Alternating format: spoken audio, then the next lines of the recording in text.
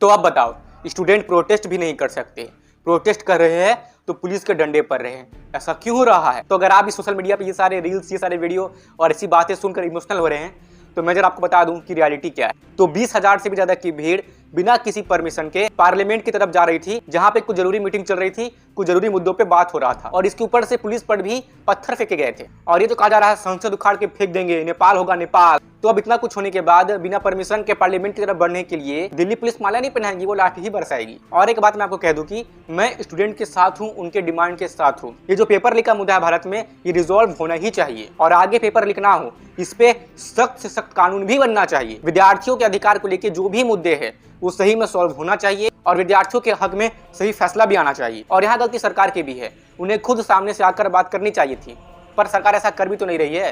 हाँ, तो इससे हो क्या रहा है कि भीड़ को कैसे भी इन्फ्लुएंस करके, उन्हें झूठ बोल करके, अफवाह फैलाकर बस कैसे इसको एक बड़े दंगे में बदला जा सकता है, नेपाल और बांग्लादेश जैसा इंसिडेंट यहाँ पर भी करवाया जा सकता है, इस पे योजनाएं बन रही है। नीट पेपर लीक मुद्दे की आड़ में ये जो जीपी वाले हैं, उन लोगों को मंच दे रहे हैं जो कि देश विरोधी बात करते हैं, धर्म विरोधी बात करते हैं, देश के टुकड़े करने का बात करते हैं। और ये जो नमूना है, अब इसे धर्मेंद्र प्रधान से भी कोई मतलब नहीं रहा, इसे आप सीधा पीएम मोदी का इस्तीफा चाहिए। जो नीट पेपर लीक का मुद्दा जंतर मंतर पे प्रोटेस्ट के नाम पे धर्मेंद्र प्रधान की डिजाइन पर ही होना चाहिए था, एजुकेशन सिस्टम पर ही होना चाहिए था, अब ये मुद्दा को भटकाकर कहीं और ही ले जाया जा रहा है। और क्या आपको पता है कि ये 20-21 जुलाई वाला ही डेट क्यों चुना गया पार्लियामेंट की तरफ जाने के लिए?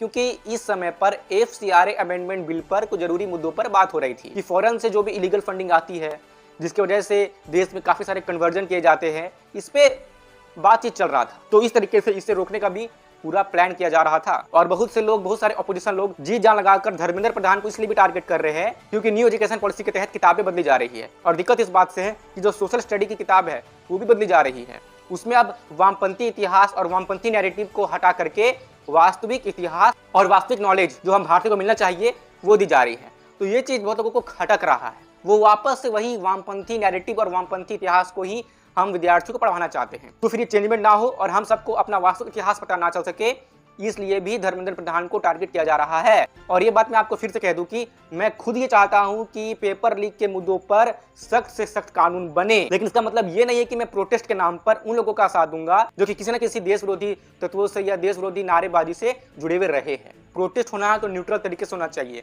नीट पेपर लीक के कंधे पे बंदूक रख के अपना एजेंडा जो फैलाने का प्रयास किया जा रहा है, ये हम सबको समझना चाहिए।